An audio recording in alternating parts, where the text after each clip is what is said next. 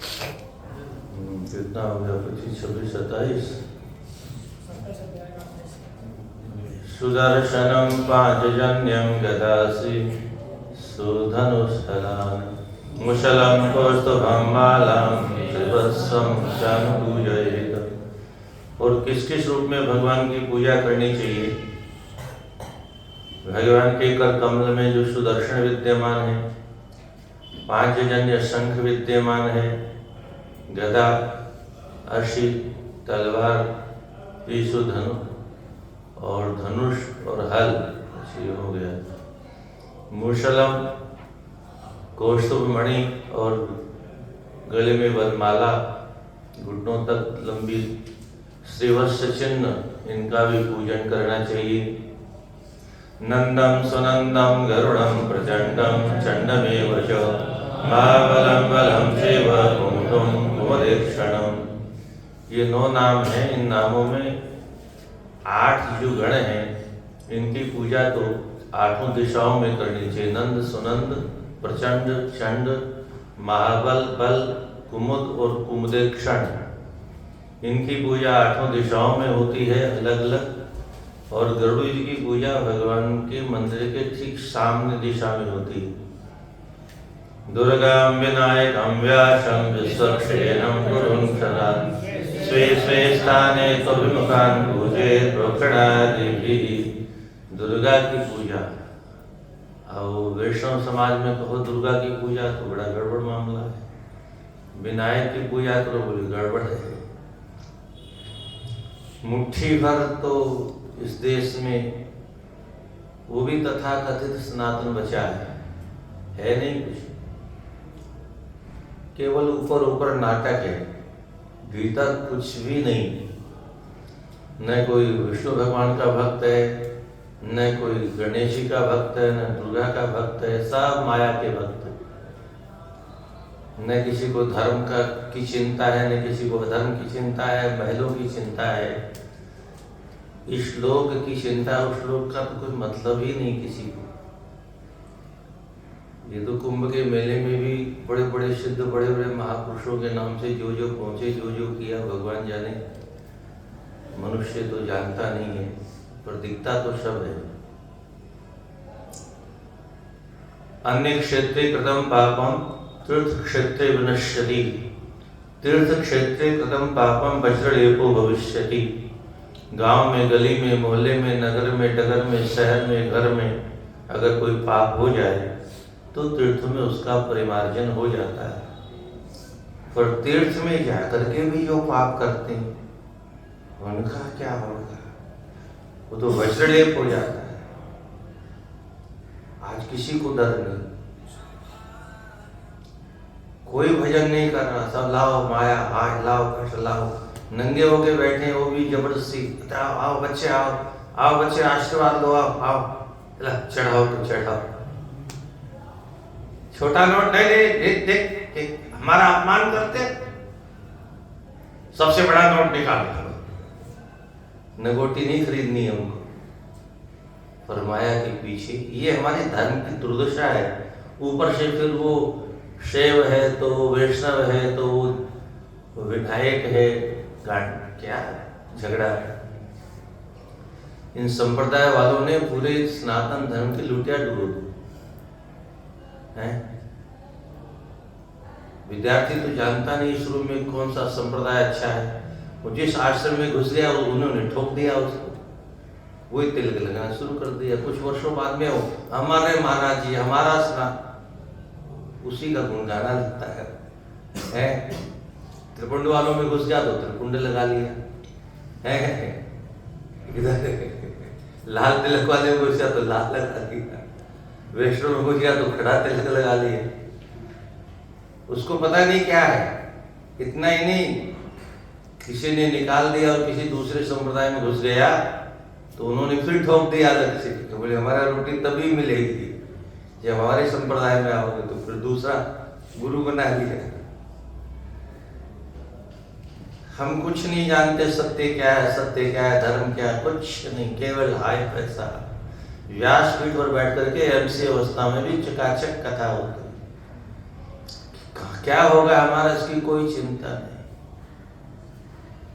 जिसको अधिकार नहीं, ब्राह्मण और उसमें भी विद्वान हो, वो व्यासपीठ पर बैठने का अधिकारी है। ब्राह्मण भी हो, विद्वान भी हो और चरित्रहीन हो, उसको भी बैठने का अधिकार नहीं। तो भागवत के मूल में लिखा है। रजस्वला अंत्यज म्लेच्छ पतित प्रात्यकेश तथा द्विजुट वेद बाह्येश न वदेत कथाव्रति। कथा का व्रत लेने वाले व्यक्ति को रजस्वला से बात नहीं करनी चाहिए। और उस अवस्था में कथा भी होती, जो 12 महीने लगातार कथा चलती रहती, जिनके घर कभी जाते ही नहीं, उनका क्या होता? वो हजारों लोगों को कथा सुनाते, हजारों लोग उनसे बात करते हैं, लोग पैर छूते हैं। पति का स्पर्श वर्जित है, पर कथा में सब चलता है। मंदिर के अंदर बैठे कथा होते, सामने भागवत जी रखी हुई, कैसे स्पर्श होता? कोई डर नहीं किसी को। तो दुर्गा, विनायक, वो व्यास जी की और विश्वक्ष, इनकी चारों कोनों में पूजा होती। और गुरुदेव और स्वरान देवताओं की पूजा, गुरु की पूजा बाएं और भगवान की पूजा दाएं होती है। स्वे स्वे स्थाने तभिमुखान पूजे प्रोक्षणादि भी। इन सब की पूजा जो है स्वे स्वे स्थाने, अपने अपने स्थान में, और स्वयं तो अभिमुखान, भगवान के अभिमुख होकर के, अथवा कुछ लोगों को जो अन्य देवता, उनको भी भगवान के सन्मुख विराजमान करना चाहिए। और प्रोक्षणा इत्यादि के द्वारा इनकी पूजा करनी चाहिए। चंदनो शिर कर्पूर कुंकुमा गुरुवासिते सलिले स्नापेन मंत्रेण तदा विभवै सती। विभवै सती, अगर किसी भाग्यशाली के पास में वैभव है, विभव, तो वो है कैसे पूजा करे? बोले वो चकाचक चंदन, नित्यता और नित्य प्रतीक चंदन घिस करके। अब आजकल कौन चंदन घिसे? तो बाजार में चूरा आता है, डब्बा ले आए, खुद भी पोत लिया, ठाकुर जी को भी पोत दिया। कौन घिसे हैं? जिन हाथों में चूड़ी भी का वजन भी सहन नहीं होता, जिस खोपड़ी में सिंदूर का वजन भी सहन नहीं होता, चंदन वही हाथों से मलयाली चंदन घिस करके वही चंदन चंदन है, तो नाटक है। उसी अर्थात खस भी उसमें मिलाए, कपूर मिलाए, कुमकुम, केसर इत्यादि, और अर्गजा, अगरू अर्थात अर्गजा, उनसे वासिते सुगंधित बना करके जल में सब मिलाए। सलिले, ऐसे जल के द्वारा मंत्रे स्नापयेत। पुरुषोक्त के 16 मंत्रों के द्वारा भगवान नारायण की और लक्ष्मी की पूजा। कौन सा है? हिरण्यवर्णम, हिरण्यम क्या बोलते हैं?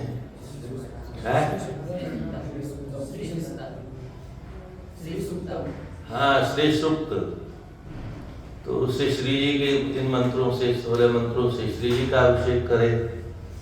और स्वर्ण घर्मानुवाकेन महापुरुष विद्या पौरुषेणापि सूक्तेन सामभिर्राजदान्यभिः। स्वर्ण घर्म, ये मंत्र है, वेद का मंत्र है। अनुवाद मानी इन वैदिक वाक्यों के द्वारा। अथवा महापुरुष विद्या जितम में पुंडरीकाक्षम इत्यादि, ये वैदिक मंत्र, इनके द्वारा महापुरुष विद्या कहते हैं इसको, इसके द्वारा पूजन करें। अथवा पुरुषेणापि, पुरुषुक्त के द्वारा भी, पुरुषेण सुक्तेन अपि, पुरुष सुक्त के द्वारा शास्त्र शीर्षा पुरुष इत्यादि मंत्रों के द्वारा भी पूजा की जा सकती है। अथवा राजनादि भी इंद्रम नरो नेमि धीता इत्यादि मंत्रों के द्वारा, ये सामवेद का मंत्र है, ये सामगान के द्वारा भी पूजन करना चाहिए। वस्त्रोपवीताभरण पत्रस्य गन्धलेपने अलङ्कुर्वीत सप्रेम मद्भक्तो मां यथोचितम्। मद्भक्त, पूजा करने का अधिकार किसको है? भगवान कहते हैं मद्भक्त, जो मेरा भक्त है, जो मेरी माया का भक्त है, उसको मेरी पूजा करने की क्या जरूरत है? वो माया की पूजा करे। जो कामी है वो उर्वशी की पूजा करे, मुझे मेरी पूजा की क्या जरूरत है? तो मद्भक्त मेरा भक्त, और ऊपर से सब प्रेम के साथ करता हो तब तो पूजा है, नहीं तो सब नाटक है चल रहा है। स्वयं भागवत जी में कपिल भगवान कहते हैं अहम सर्वेषु भूतेषु भूतात्मा अवस्थित सदा तमवज्ञाय मां मर्त्य कुरुते अर्चा विडंबनम। सभी प्राणियों में रहने वाले मुझ परमात्मा का अपमान करता है और वेद विरुद्ध आचरण करता है, व्यासपीठ पर तांडव नृत्य करता है और फिर कहता है मैं तो पूजा कर रहा हूँ। ठाकुर जी को लेके साथ में चलते, नया नाटक शुरू हुआ। देखा देखी अंग्रेजों की देखा देखी, हाथ में माला झोली परिक्रमा चल रही है, पैरों में जूते हैं, गप्पे मार रहे हैं, भजन हो रहा, कोई पद्धति नहीं। ठाकुर जी को लेके गड़बड़ी, इतनी भक्ति चुपड़ी, पता नहीं कहां से आई इतनी भक्ति। गले गिर में लेके ठाकुर जी घुमा रहे। तो सब प्रेम पूर्वक यथोचितम, जो शास्त्रों में जो विधि है, उचित विधि, उस विधि के अनुसार मां मेरी पूजा वस्त्रों के द्वारा, उपवीत यज्ञोपवीत के द्वारा, आभरण श्रृंगार इत्यादि के संसाधनों के इत्यादि के द्वारा, पत्र तुलसी पत्र, बेल पत्र, शगमाला इत्यादि गंध लेपने, सुगंधित सेंट वगैरह जो फुसफुस करते हैं लोग, हाँ, इनसे माम अलंकुर्वीत, मुझे अलंकृत करें, सुसज्जित करें। पाद्यमाश्मनीयं च गंधम सुमसोक्षता धूपदीपहार्याणि दद्यान्मे सदयार्चक। अर्चक को श्रद्धया कहाँ से लाएं? बाजार में मिलती नहीं। श्रद्धा किसे कहते हैं इसका हमें ज्ञान नहीं है। साईं की पूजा, भूत प्रेत की पूजा करने वाला भी कहता है हमारी श्रद्धा का विषय है, हम भूत की पूजा करेंगे। तो अर्चक को श्रद्धा पूर्वक में मुझे पाद्य अर्पण करना चाहिए, आचमनी अर्पण करना चाहिए, गंध अर्पण करने चाहिए, है? और सुमनसः पुष्पों से युक्त, अक्षतों से युक्त गंध इत्यादि मिलाकर के पाद्य आचमन इत्यादि अर्पण करना चाहिए। और उसके बाद धूप दीप इत्यादि उपहार्य पूजा की सामग्री उदद्यात् मुझे अर्पण करना चाहिए। गुड़ पायस हरपि से शुष्कल्या पूकमोदकान् संयावदति सुपास नैवेद्यम सति कल्पयेत।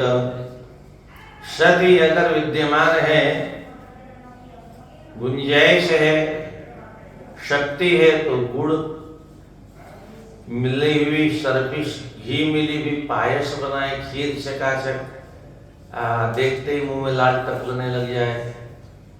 और शुष्कली पूड़ी, अपूप पुआ, मालपुआ,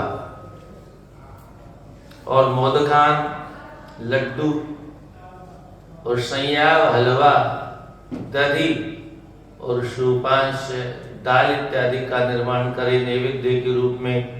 और इस प्रकार के नैवेद्यम कल्पेत, नैवेद्य लगाए मुझे। अभ्यंगोन्मर्दनान्दर्श दन्तधावविशेषणम् अन्नाद्यगीत नृत्यादि पर्वणि स्युरुतान्वहम्। सबसे पहले पूजन के दंतधाव, मुझे दर्शन भी कराना चाहिए। हालांकि भगवान को इसकी कोई जरूरत नहीं है, पर अष्टयाम सेवा में जैसे हम अपने बच्चों के साथ व्यवहार करते हैं, ऐसे ही भगवान के साथ भी सेवा इत्यादि की पद्धति है। अभ्यंग, उबटन इत्यादि लगाए, फिर मर्दन रगड़ रगड़ के मालिश करे, फिर उसके बाद में अभिषेचनम, पंचामृत इत्यादि से, दूध दही इत्यादि से अलग अलग अथवा मिला करके अभिषेक करे, और फिर श्रृंगार करने के बाद में आदर्श दर्पण दिखाए ठाकुर जी को। देखो ठाकुर जी जच रहे हो कि नहीं जच रहे हो? मुलूक लग रहे हो। आपको नजर न लग जाए इसलिए लून राई भी कर देता हूँ।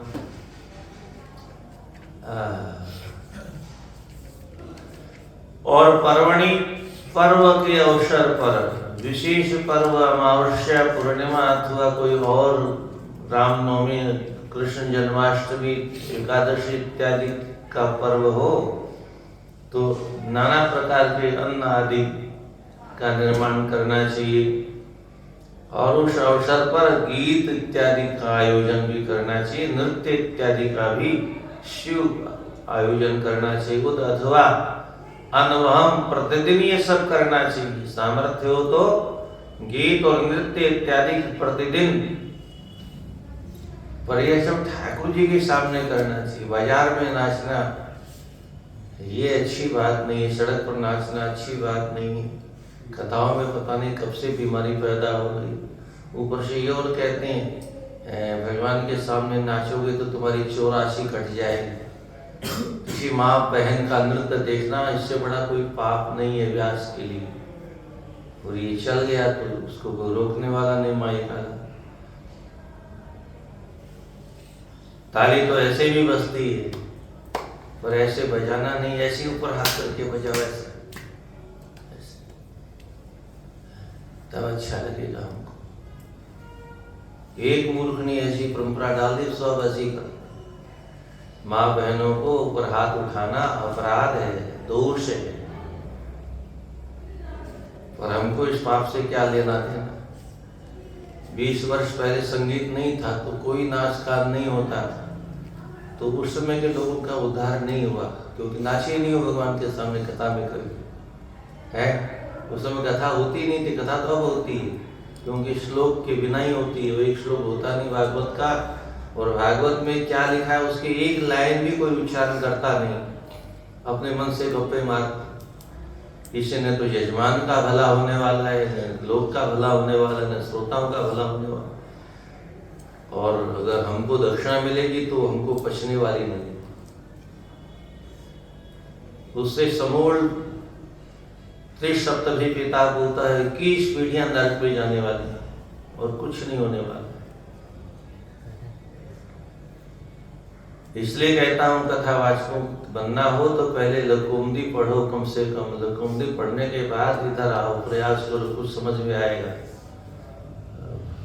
व्याकरण का क्या नहीं आता, यूं किधर है, उसकी पूंछ किधर है, राम है रामो रामा किधर बनता है पता नहीं। चल दी भागवत की पीठ पर तांडव नृत्य करने के लिए। अच्छा, बिना डिग्री के कोई डॉक्टर बन जाएगा तो क्या करेगा है? कितनों को मारेगा? बिना डिग्री के कोई इंजीनियर बन जाएगा तो क्या करेगा? कितने मकान गिर जाएंगे। ऐसे बिना डिग्री के जब धर्म के पीठ पर बैठेगा तो धर्म की ऐसी तैसी करेगा और क्या करेगा? वही हो रहा है। हमारा धर्म क्या है किसी को नहीं मालूम। व्यास जी को स्वयं नहीं मालूम हमारा धर्म क्या है।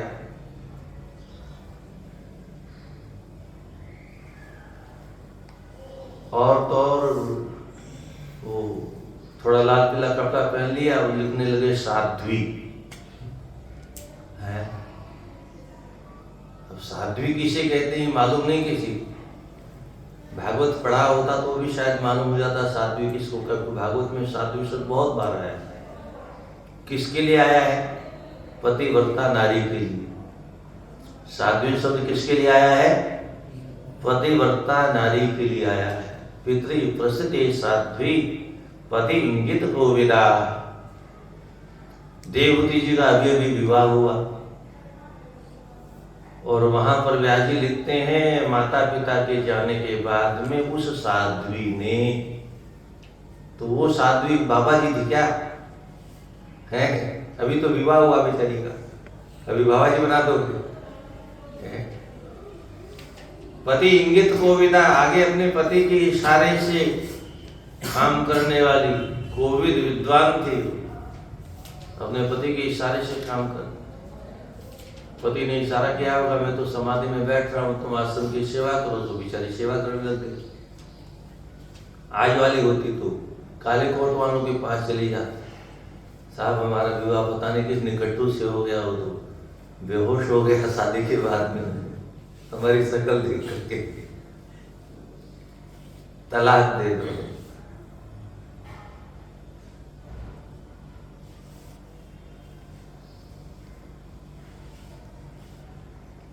नारायण नारायण नारायण। तो विधना विहिते कुंडे मेखला गर्दवेदिभिः अग्निमाधाय परितः समूहेत पाणिनोदितम्। मेखला गर्दवेदिभिः, मेखला के सहित गर्त जो गड्ढा होता है कुंड के भीतर, ऐसी वेदी का निर्माण करे और उस वेदी के द्वारा विधिना विहिते कुंडे, अब कितना लंबा कितना चौड़ा कितने अंगुल का कितना गहरा होना चाहिए उसकी सब विधि है, कर्मकांडी लोग जानते हैं, वैदिक लोग। उस विधि के द्वारा कुंडे कुंड में निर्माण करके उस कुंड में अग्नि में आधार, अग्नि का आधान करके और फिर पाणिनोदितम, पानी के पाणिना उदितम, हाथ के द्वारा उदित पैदा की गई जो अग्नि है हाथ की हवा से, और उसकी क्या विधि है ये वैदिक लोग जानते होंगे। परितः समूहेत, चारों तरफ उस अग्नि को इकट्ठा करे और उसके बाद में परिस्थिर्याथ परयुक्षे अन्वाधाय यथा विधि परोक्षण्याशाद्य द्रव्याणि प्रोक्षाग्नो भावेत माम्। परिस्थिर्य कुशकंडिका इत्यादि का विधान करे, 20 कुशा इधर 20 कुशा उधर, वो किस किस मंत्र के द्वारा उनका रखना है फैलाना इत्यादि। तो कुशकंडिका इत्यादि करने के बाद यथा विधि शास्त्र की विधि के अनुसार संविधाओं को अन्वधाय रख करके फिर उनका परुक्षेद उनका प्रोक्षण करे, आह्वान कैसे करना है इत्यादि इत्यादि। प्रोक्षण्यासाद्य और प्रोक्षणी इत्यादि के द्वारा द्रव्याणि आसाद्य, पूजा के जितने भी द्रव्य पदार्थ हैं उनको संग्रह करके प्रोक्षे अग्नौ, अग्नि में प्रोक्षण करने के बाद उसी अग्नि में माम भावेत, साक्षात अग्नि देवता ही भगवान है ऐसी मेरी भावना अग्नि में करे। तप्त जाम्बुन नद प्रख्यम शंख चक्र गदाम्बुजे लसच्चतुर्भुजं शांतं पद्मकिंजट वाससं। तप्त जाम्बु नद प्रख्यम, मेरा ध्यान करे उस अग्नि में, अग्नि लाल लाल होती है ना तो उसी को संकेत करके कहते हैं तप, तपे हुए जाम्बू स्वर्ण के समान, प्रख्यम चमचमाते हुए मेरे रूप का ध्यान करे और उस ध्यान में ये भी देखे मेरे हाथों में शंख विद्यमान है, एक हाथ में चक्र विद्यमान है, एक में गदा और एक में कमल विद्यमान है। ऐसे शंख चक्र गदा पद्म युक्त चतुर्भुज का ध्यान करे। तो लसत चतुर्भुजम, लसत चतुर्भुजा से सुशोभित मेरे स्वरूप का ध्यान करके और पद्म किंजल वाससम, पद्म कमल की किंजल ध्वनि केसर पराग के समान है पीत वर्ण जिसका, ऐसा पीतांबर धारण कर रखा है ऐसा ध्यान करे। और फिर शांताकारम भुजगशयनम, शांत स्वरूप का ध्यान करके जहाँ से शांति की वर्षा हो रही है। स्फुरत करे करीट कटक कटि श्रोत्रवरांग श्रीवत्सक्षरं राजत्कौस्तुभं वनमालिनं सुव्रत चम चम चम चम मस्तिष्कर मुकुट विराज अर्थात मुकुट विराजमान है, इसका ध्यान करे। कटक हाथ में कंकण विराजमान है, उनका ध्यान करे। कटिसूत्र मेखला करघनी विद्यमान है कटि भाग में, उसका ध्यान करे। वर अंगदम श्रेष्ठ अंगद बाजूबंद इत्यादि विराजमान, उनका ध्यान करे। और फिर भ्राजत चम चम चम चम सुशोभा हो रही है जिनकी, ऐसे गले में से वस्त्र चिन्ह का ध्यान करे। वक्षसम वक्ष स्थल के ऊपर, और गले में कौस्तुभम कौस्तुभ माला विराजमान है, और घुटनों तक लटकी हुई वनमालिनम वनमाला विराजमान है, ऐसा ध्यान करे। कहाँ पर? अग्नि में ही ध्यान करे। पुराने जमाने में तो लोगों को आग का ताप नहीं लगता था, क्योंकि पंडित लोग विद्वान लोग ऋषि लोग तप करते थे। अब तपते तो है नहीं, तो पंडित जी को भी अग्नि से ऐसे करना पड़ता है। कुंभ के मेले में देखा है। अब बताओ, भगवान वहां तो कहता भगवान का दर्शन करे अग्नि देवता में, वो पंडित जी उससे दूरी बना के रख रहे हैं। कहाँ से भगवान मिल जाएंगे, कहाँ से अग्नि देवता प्रसन्न हो जाएंगे। नारायण नारायण नारायण।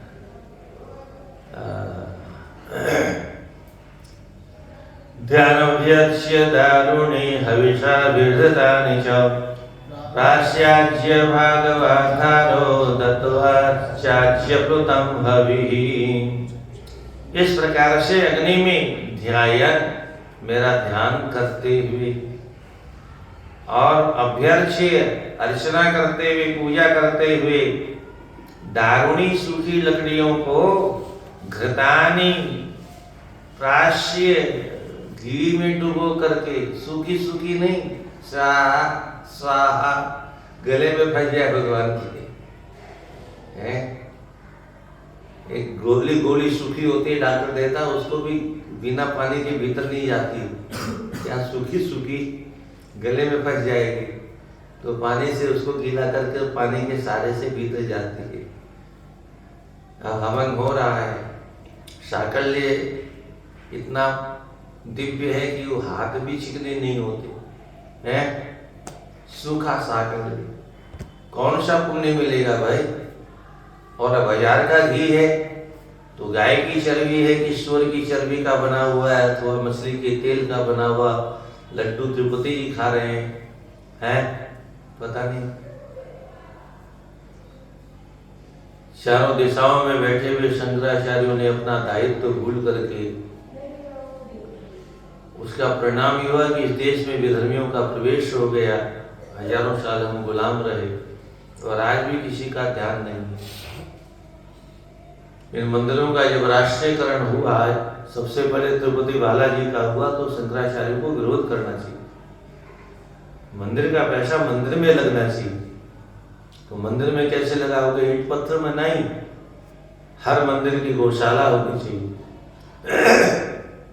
दिव्य देशों में इतना पैसा आता है, इसलिए बता रहा हूँ आप लोगों को, भविष्य में आप में सामर्थ्य हो तो इसमें आंदोलन करना। धर्म की रक्षा कैसे करनी है, धर्मम कम शरणम गता, ये प्रश्न आज भी बना हुआ। कोई धर्म को शरण में लेने को तैयार नहीं। व्यासपीठ से जो अधर्म हो रहा है, तो धर्म किसकी शरण में जाएगा।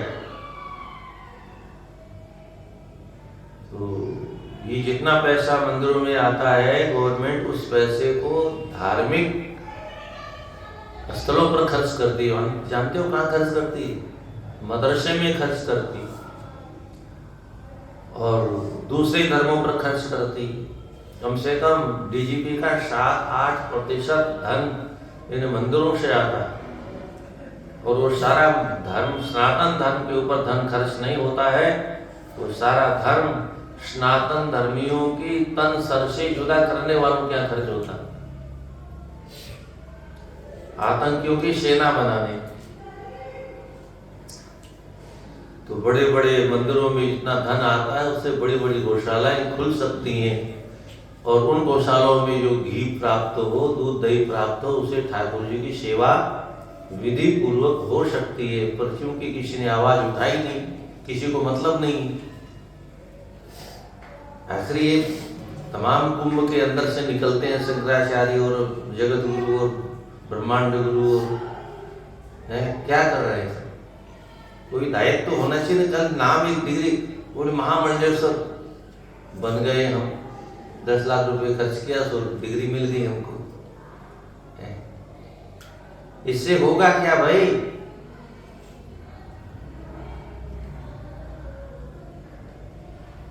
पिछले बार 6 साल पहले कुंभ में अखाड़े वालों की मूर्खता के कारण वो घुस गए, उनको अखाड़ों की पदवी मिल गई। इस बार वो बोले हम तो शंकराचार्य बनेगा, शंकराचार्य बनेगा। तो बाद में हल्ला गुल्ला हुआ तो शायद मामला दब गया। और एक गजब का काम किया उन्होंने, महामंडलेश्वर तो हम दूसरे को पैदा करेंगे। तो वो कोई सिनेमा में नाचने वाली कोई चंडी है, उसी को मंडलेश्वर बनाती है। क्या नाम था उसका? ममता पर ममता आ गई उनको। वो 1 करोड़ रुपया दिया होगा, बस इतने में डिग्री मिल जाती। बाद में फिर हल्ला हुआ तो फिर उसको वापस। ऐसे कुछ वर्षों पहले हुई तो राधा माँ थी बॉम्बे में, वो सेठों की गोद में कूद के घुस जाती थी, उसको महामंडलेश्वर बना दिया। उसका भी हल्ला हुआ तो फिर डिग्री वापस ले ली। ऐसा करते क्यों? तुम शास्त्रों को पढ़ते नहीं, चाहे जिसको बना देना, पैसा मिलेगा तो चाहे जो डिग्री हम दे दें। जैसे वृंदावन में 6 महीने में और 3 महीने में भागवत की डिग्री मिलती, किसी ने विरोध नहीं किया इसका। सनातन धर्म का बेड़ा गर्क यहीं से हो रहा है। कोई डॉक्टर की डिग्री देने की ताकत किसी के अंदर नहीं है। 3 महीने क्या 3 वर्ष में कोई देने की औकात किसी की नहीं है। वकील की डिग्री देने की औकात नहीं, केवल एक डिग्री है धर्म का प्रचार करने के लिए। ये जिनको एक भागवत का श्लोक नहीं आता वो डिग्रियां देते, क्या होगा धर्म का? आयु जिसको नहीं आता वो भागवत के मंच पर बैठ के तांडव करेगा, क्या कथा कहेगा वो डायरी से। हम लोगों को आज भी जीवन हो गया पर भागवत जी आती नहीं। एक श्लोक विधि पूर्वक नहीं आता है, जैसे तैसे काम चलाता।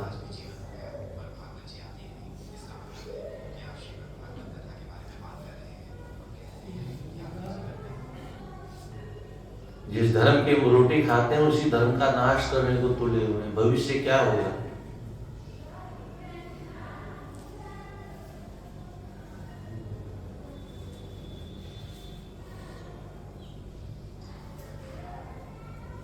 तो घी, बिना घी के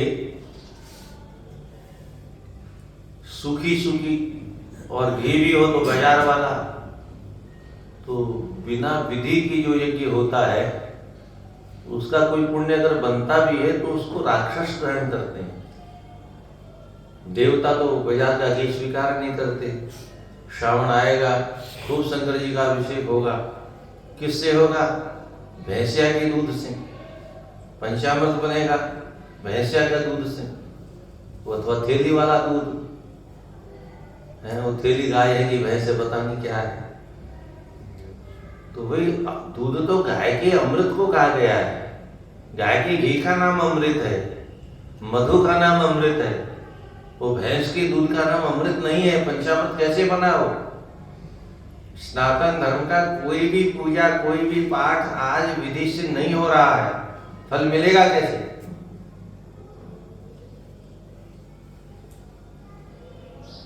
भैंस का दूध तो देवता स्वीकार करते नहीं, बकरी का दूध स्वीकार करते नहीं, और फिर शिखा भी नहीं है, सूत्र भी नहीं है, जनेऊ भी नहीं। पैंट पहन करके चल रहा, धकाधक अभिषेक हो रहा था।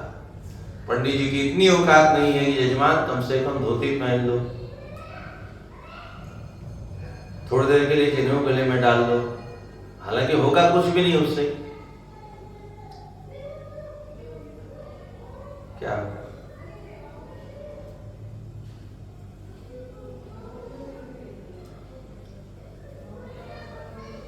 हजारों वर्षों तक विदेशियों ने जिस सनातन धर्म का बाल बांका नहीं कर पाए, आज 75 वर्षों में व्यासपीठ ने नष्ट कर दी।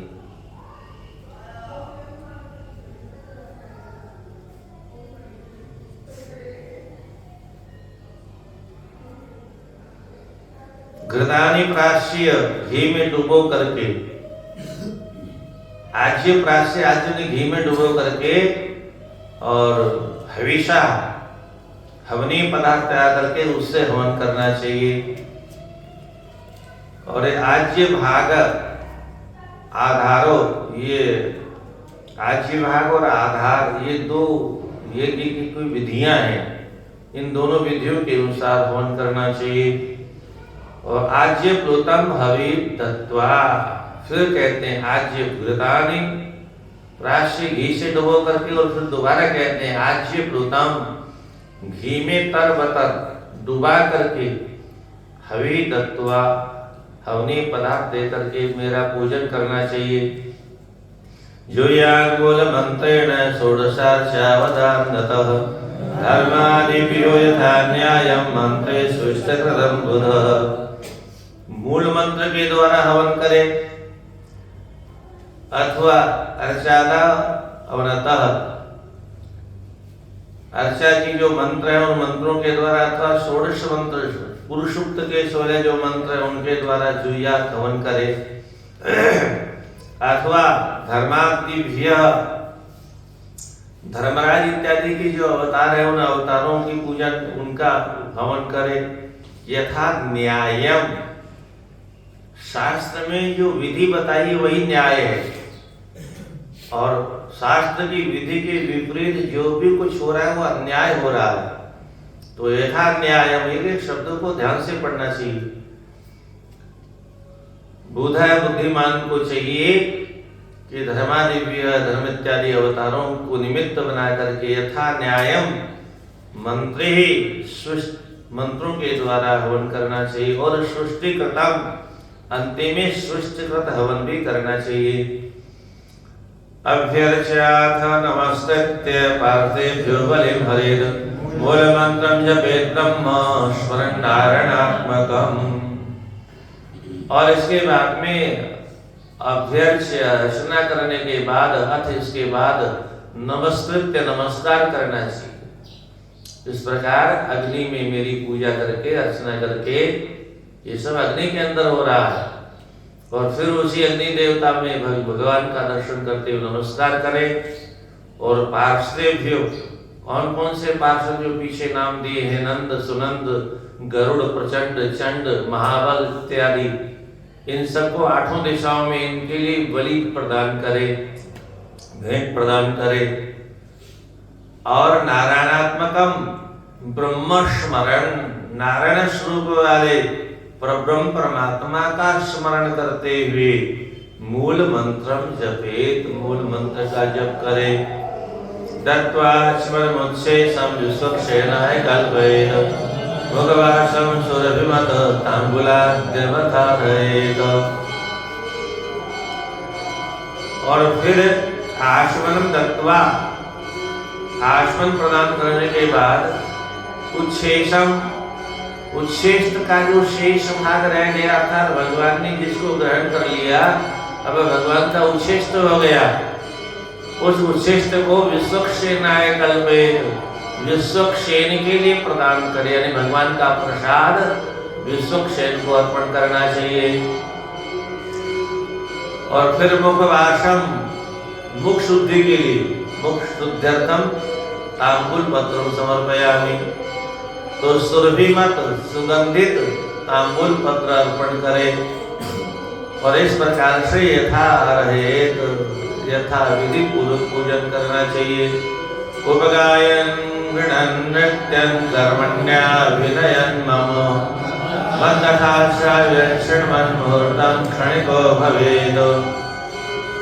इसी प्रकार से करणानि कर्माणि अभिनय, मेरे कर्मों का अभिनय करें, अर्थात मैंने जो लीलाएं की हैं, मेरे जन्म से लेकर के पूतनावध इत्यादि से लेकर के जो जो जैसे आज रासलीला में होता है, ऐसी लीलाओं का अभिनय करे। मम कर्माणि अभिनय करे और मम कर्माणि उपगायन, मेरे समीप में मेरी लीलाओं का गायन करे। गृणन उच्चारण करे, स्तुति करे और नृत्य भी करे। और मत कथा श्रावयन, मेरी कथा सुनावे और स्वयं श्रवण सुने। मुहूर्तम क्षणिको भवेत्, इस प्रकार से संपूर्ण मुहूर्त को एक क्षण के समान व्यतीत कर दे। सवेदोच्चावचे स्तोत्रे पुराणे प्राकृतेरपि स्तुत्वा प्रसीद भगवन्निति वन्दे दण्डवतो। उच्च अवचे स्तवे, बड़े बड़े स्तोत्रों के द्वारा अथवा अवच छोटे छोटे स्तोत्रों के द्वारा मेरा स्तवे स्तवन करे। और पुराणों में लिखे हुए स्तोत्रों के द्वारा, भागवत में तमाम स्तुतियां हैं, वो स्तोत्र तो है सब, चाहे प्रहलाद की स्तुति हो चाहे ध्रुव की स्तुति हो, तो पौराणिक स्तोत्रों के द्वारा अथवा प्राकृतिरपि, किसी प्राकृत पुरुष में, जैसे तुलसीदास जी ने हनुमान चालीसा लिखा है, हनुमान बाहुक लिखा है, ये सब प्राकृत है। वर्तमान की कवियों के द्वारा लिखी गई कविताएं वो प्राकृत हैं, तो उनके द्वारा भी स्तुति की जा सकती है। तो स्तुति करके और फिर प्रार्थना करते हुए कि हे भगवान, मेरे ऊपर प्रसन्न हो जाओ, हे दयालु, इति ऐसा कहते हुए दंडवत वंदेत, साक्षात प्रणाम करके वंदना करे। शिरोमत्तादयो कृत्वा बाह्व्यां च परस्परं प्रपन्नं पाहिमामीश भीतं मृत्युग्रहार्णवात्। और क्या प्रार्थना करे? शिरोमत पादयो कृत्वा, अपने मस्तिष्क को मेरे चरणों में रख करके। इसका मतलब ये नहीं कि मूर्ति जहां पर है उनके चरणों में जाके खोपड़ी रख दे है। मंदिर में प्रवेश करने का अधिकार किसी को नहीं है पुजारी के अलावा। ये तो आजकल धन के लोभ में लोग, पुजारी लोग भीतर ले जाते हैं नेताओं को, है, जिसके यज्ञोपवीत नहीं है, चोटी नहीं है, पैंट पहना हुआ है, खड़ा खड़ा मूतता है, उसको मंदिर में जाने का अधिकार क्या है? और दक्षिणा मूर्ति देगा, नेताजी है, प्रधानमंत्री है। ये ठाकुर जी के सामने अपराध करते हैं पुजारी। हे भगवान, क्या हो रहा है?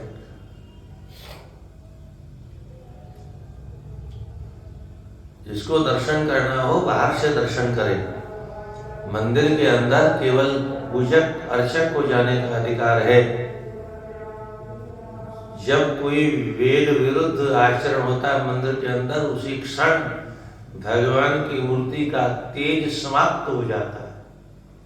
फिर उस मंदिर में कुछ नहीं है, बजाते रहो घंटा घड़ियाल। और लगभग भारत के प्रत्येक मंदिर की यही दशा हो गई।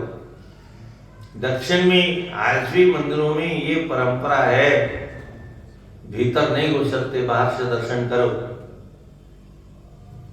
इंदिरा गांधी इस देश की प्रधानमंत्री थी। आज तो मंदिरों में एमसी अवस्था में लोग कथा करते हैं। और जगन्नाथ जी का दर्शन करने गए, पुजारियों ने मंदिर में घुसने नहीं दिया। इसी देश की अभी ताजा घटना है। वो बेचारी चुपचाप चली गई, कोई उपद्रव भी नहीं किया। चाहती तो भाई उपद्रव भी कर, जबरदस्ती घुस सकते, सेना लगा दी, पर इतना तांडव नहीं किया। आज तो ऐसा हो सकता है। धर्म कैसे बचेगा? मंदिरों के कुछ नियम है, पूजा के कुछ नियम है। जो शास्त्र हमें भगवान के बारे में बताता है, वही शास्त्र नियम और विधि बताता है। उसकी पूजा की विधि क्या है, पद्धति क्या है, उसको तो मानेंगे नहीं। वो अपने मन की करेंगे तो उसका फल उल्टा मिलेगा।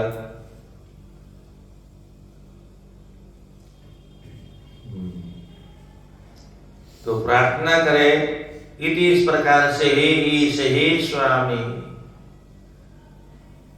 मृत्यु ग्रह अर्णवात, मृत्यु का ग्रह जिस संसार के अरण्यों माने समुद्र में विचरण करता रहता है, उस समय बहुत भीतम, बहुत डरा हुआ हो। ऐसे डर करके मैं आपकी प्रपन्नम शरण में आया हूं। पाहि पाहि माम पाहि, मेरी रक्षा करो भगवान। और इस प्रकार से शेषः मया दत्ता, मेरे द्वारा देवी पदार्थ ग्रहण करो और शिरसी आधाय, मस्तिष्क को भगवान के चरणों में रख करके सादरम आदर पूर्वक प्रार्थना करें। उद्वास्य ज्योतिष ज्योतिषी तत्पुनः, और इस प्रकार से बाद में तथा इसके बाद में पुनः फिर उद्वास्य विसर्जन करते समय, विसर्जन कैसे करना है, क्या पद्धति है। ज्योति ज्योतिषी, जिस मूर्ति को जैसे कोई मृतिका की मूर्ति बना के पूजा करते हैं, शिव जी का पार्थिव पूजन करते हैं, उसका जो विसर्जन होता है, तो पद्धति क्या है उसकी, कितनी प्यारी पद्धति लिखी है। उस मूर्ति में जो ज्योति परमात्मा का जो प्रकाश है, वह प्रकाश हमारे हृदय की ज्योति में मिल जाए, इसका नाम विसर्जन है। तो ज्योति ज्योतिषी हमारे अंतःकरण की ज्योति में मिल जाए, इसी का नाम उद्वास्य विसर्जन है। अर्चादिषु यदा यत्र श्रद्धा मां तत्र चर्चेत्, सर्वभूतेष्वात्मनीश सर्वात्मा स्थितः। अर्चादिषु, अर्चा विग्रह में, अर्चा विग्रह किसको कहते हैं, मंदिरों में जो मूर्तियां, उनका नाम अर्चा विग्रह है।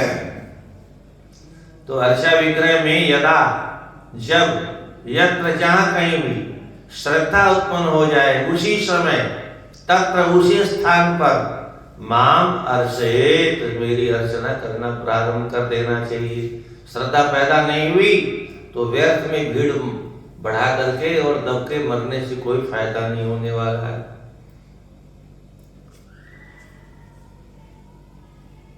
सर्वे भूतेषु, सब संपूर्ण प्राणियों के अंदर में विद्यमान हूं और आत्मनि, अपने भीतर भी विद्यमान हूं। तो सर्वभूतों में रहने वाले मुझ परमात्मा की अर्चा पूजा करे और आत्मनि, अपने भीतर रहने वाले परमात्मा की अर्चा पूजा करे। और अहम सर्वात्मा अवस्थितः, मैं सभी प्राणियों की आत्मा के रूप में अवस्थित हूं, ऐसा मान करके सब में मेरी पूजा करे। एवं क्रिया योग पथे पुमान वेदिका तांत्रिके, अर्चन्नोभयता सिद्धिं मत्तो विन्दत्यभीप्सता। एवं इस प्रकार से क्रिया योग पथे, क्रिया योग के मार्ग के द्वारा, ये क्रिया योग है, कर्मकांड योग, इसके द्वारा अथवा वैदिक और तांत्रिक दोनों पद्धतियों से अर्चन, मेरी अर्चा करता हुआ पुमान जीव मत्ता है, मेरी उभयता दोनों विधियों से, वैदिक और तांत्रिक विधि के द्वारा, इप्सित अभिप्सिता, जो उसको अभिष्ट है, जो संकल्प लेकर के बैठा है, वही उसका अभिष्ट है, तो वह सिद्धिम विन्दन्ति, उस सिद्धि को वह प्राप्त कर लेता है। मरचाम संप्रतिष्ठाप्य मंदिरम कार्ये दृढ़ं, पुष्पोद्यानानि रम्यानि पूजाय अवसवस्थिता। अब मंदिर बनाने वाली बात आ गई सामने। जो मंदिर बनाते हैं उनको कैसा मंदिर बनाना चाहिए, अब तो किसी को मालूम नहीं है मंदिर क्या होता है। एक बन गया प्रेम मंदिर, पहली बार बना धरती पर। इसके पहले राम मंदिर बनता था, कृष्ण मंदिर बनता था, राधा मंदिर बनता था। प्रेम नाम का कोई मंदिर कभी धरती पर बना नहीं है। क्या लीला है उसकी चर्चा करना आवश्यक नहीं है। कुछ बन गए लंबे हनुमान जी के मंदिर, कुछ बन गए लंबे शिव जी के मंदिर, कुछ वैष्णवी देवी के मंदिर बन गए। देवी जी धूप में खड़ी हैं, बरसात सहन कर रही है बेचारी, ठंडी में सिकुड़े जा रही है। इसका नाम मंदिर नहीं, ये सनातन धर्म के ढकोसले हैं। धूप में जब हम खड़े नहीं रह सकते, यजमान खड़ा नहीं रह सकता, प्रतिष्ठा कराने वाले पंडित जी खड़े नहीं रह सकते, तो ये देवी देवताओं को धूप में क्यों खड़ा कर देते हो? ये कौन सा पाप कर रहे हो? ये कौन सा धर्म है? किसी को नहीं मालूम। 2003 में शायद इतने बड़े बड़े पत्थर गिरे थे ऊपर से, ओले। हमारी गाय घूम रही थी सड़क पर, तो लोग बता रहे थे पत्थर गिरा तो महाराज धरती पर, सड़क पर पसर दे गाय चिल्ला कर। फिर थोड़ी देर बाद में उठ करके भागी। वो बनवारी गौड़ के यहाँ विद्यालय चलता था, उसकी छत पर वो सीमेंट की टीन लगी हुई, तो उसमें छेद हो गए बड़े बड़े। तो देवी जी का भी नाक टूटा होगा, वैष्णो देवी का आंख में गिरी तो आंख टूट गई होगी। कितने ऊपर से जो गिरता है तो कितना उसमें वजन के साथ साथ वेग कितना होता है। गाल फूट गए होंगे कितनी देवी देवताओं के जो आकाश में खड़े हैं बेचारे। ये पाप किसको लगेगा? जिसने प्रतिष्ठा करवाई है उस पंडित को और जजमान को, दोनों को 50-50 लगेगा। लंबा अभी पहले नहीं होता था सो नाटक, और अब नए नए नाटक शुरू हो गए। एक ने शुरू कर दिया, देखा देखी सब ने शुरू कर दिए। तो मदरसा अथवा एक और मंदिरों की परंपरा, गांव में आप लोग रहते हो, छोटा सा मंदिर बना दिया, ये अपराध है, मंदिर नहीं है। कुत्ते घूमते हैं वहां, चावल चढ़ा दिए। अच्छा, माताओं की बीमारी है, मुंह में ठूस देती हैं हलवा, खीर पूरी, अब बेचारे कुत्ते चाटते रहते हैं। ठाकुर जी का अमृत पीने का सौभाग्य उन्हीं को मिलता है। अब शिव जी का मंदिर है और वहां पर लोग अभिषेक करते हैं, और कुत्ता गया तो कौन सा अभिषेक करेगा? उसको भी अपनी पद्धति है, वो भी अभिषेक करना जानता है? तो कैसा है ये? पर मंदिर बनाने की पद्धति नहीं। तो यहाँ लिखा है मदरसा मेरी अर्चा विग्रह की स्थापना करनी हो तो सम अच्छी प्रकार से प्रतिष्ठाप्य, प्रतिष्ठा करने के लिए दृढ़म मंदिरम कार्येत। जैसे श्री रंगी का मंदिर यहाँ है अथवा दक्षिण में, ऐसे दृढ़ मंदिर, बड़े बड़े मंदिर बनाने चाहिए। और नहीं है तो उन्हीं मंदिरों में दर्शन करो, उतना पुण्य मिल जाएगा। अलग से हम बनाएंगे हमारा मंदिर, न कोई पूजा है, न कोई पाठ है, न कोई पंडित जी है, न कोई आरती हो रही, न कोई भोग लग रहा है, ये कोई मंदिर है? नहीं? आवाहन और प्रतिष्ठा करने के बाद में भोग की आवश्यकता भी है, पर पंडितों ने पता नहीं कौन सी पद्धति निकाल ली। नैवेद्या भावे अक्षतान समर्पयामि। महाराज नैवेद्य तो है नहीं, और ये कह कहाँ रहे हैं? ये मिठाई की जिसकी दुकान है उसके घर में पूजा हो रही है। नैवेद्य का अभाव है तो चावल छोड़। वस्त्राभावे रक्त सूत्रम समर्पयामि। वस्त्र है ही नहीं महाराज, और ये पूजा कहाँ हो रही है? कपड़े का कारखाना जिसके घर में, उस सेठ क्या पूजा हो रही है? वहां भी वो रक्त सूत्र वही मिलता है, लाल वाला है। वहां भी कोई धोती का थान नहीं चढ़ाता। कौन सी पूजा है? काहे को नाटक?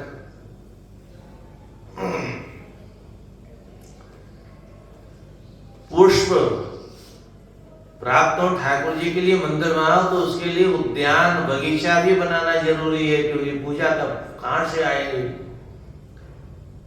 इसलिए पुष्प इत्यादि के लिए ठाकुर जी का बगीचा होना चाहिए। और पूजा यात्रा प्रतिवर्ष जो उत्सव होता है, यात्रा उत्सव, उस यात्रा के लिए, उत्सव के लिए आश्रय लेने के लिए रम्याणी, रम्य रम्य उद्यान बगीचे बनाए। वहां जाके जैसे रंग जी की सवारी निकलती है तो बगीचे में जाके विश्राम करती।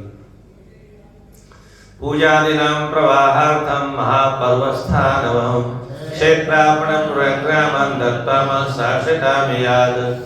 और महापर्व, जब कोई महान पर्व आए तो उस पर्व की अवस्था में अन्वहम अथवा प्रतिदिन पूजादिनां प्रवाहार्थम, पूजा का प्रवाह लगातार चलता रहे, पूजा में कोई बाधा न आए, इतना धन इकट्ठा करके जाए ताकि भविष्य में हमारी औलाद भी मंदिर में सहयोग न करे, तो उस पैसे से भगवान की पूजा अर्चा होती रहे।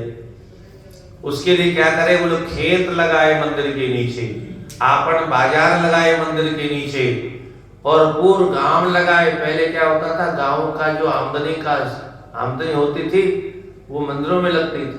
तो 1 गांव, 2 गांव, 5 गांव मंदिर के नीचे राजा लोग लगा देते थे।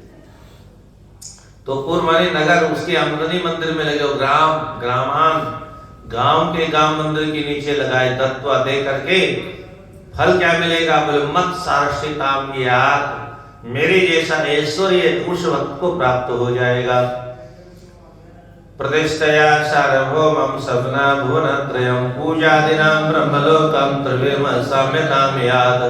प्रतिष्ठा करने से क्या फल मिलता है, तो कहते प्रतिष्ठया सार्वभौमं, जो ऐसे मंदिरों में प्रतिष्ठा करवाता है उसको अगले जन्म में सार्वभौम सम्राट बनने का सौभाग्य मिलता है, वह चक्रवर्ती सम्राट बन जाता है। और सद्मना, जो मंदिर का निर्माण करवाता है वह त्रिभुवन का स्वामी बन जाता है, इंद्र बन जाता है। और पूजादिनां ब्रह्मलोकम, पूजा इत्यादि करने से ब्रह्मलोक की प्राप्ति होती है। और अगर कोई भाग्यशाली ऐसा हो जो मंदिर भी बनाए, प्रतिष्ठा भी कराए और पूजा की व्यवस्था भी करे, तो त्रिविर मत साम्यताम इयात, मेरी समीप में वह इयात प्राप्त हो जाता है, चला आता है। मामेव निरपेक्षेण भक्ति योगेन विन्दति, भक्ति योगं च लभते को देवं ये पूजित माम। इस प्रकार से यह जो कोई स्वदत्ता,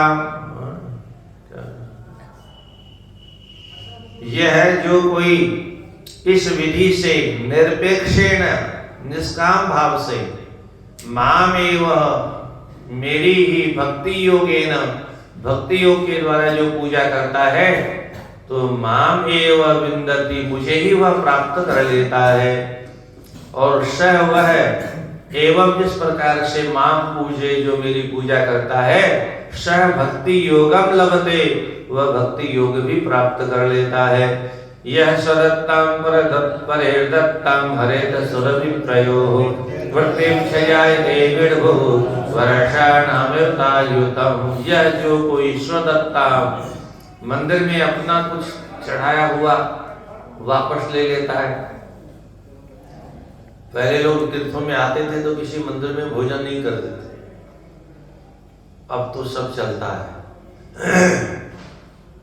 तो परे दत्ता, दूसरे का दिया हुआ हो, ऐसा सुर देवताओं को मंदिरों में चढ़ाया हुआ अथवा ब्राह्मण को दिया हुआ जो वृत्ति है, उनकी आजीविका है, उस आजीविका को जो हरेत हरण कर लेता है, सह वह मनुष्य अयुतायुतम करोड़ों करोड़ों वर्षों तक विडभुग, अयुतायुतम वर्षाणाम करोड़ों करोड़ों वर्षों तक विडभुग जायते, विष्टा का भोजन करने वाला उत्पन्न होता है। मतलब क्या हुआ, विष्टा खाना कौन खाता है, सुअर, उसको सुअर की योनि मिलती है।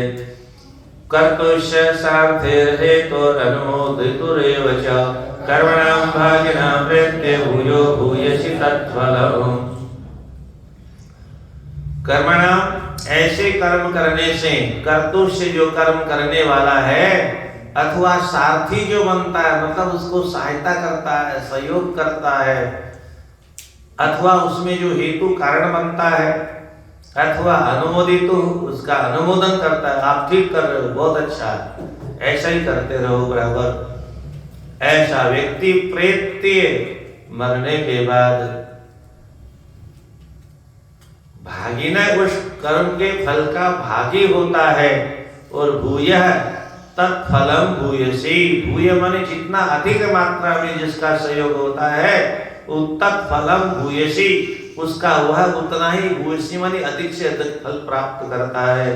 श्रीमद् भागवते महापुराणे पारमहंस्यां संहितां एकादश स्कंदे चतुर्विंशोत्सवः कृष्णाय वासुदेवाय हरे परमात्मने प्रणतक्लेशनाशाय गोविन्दाय नमो नमः।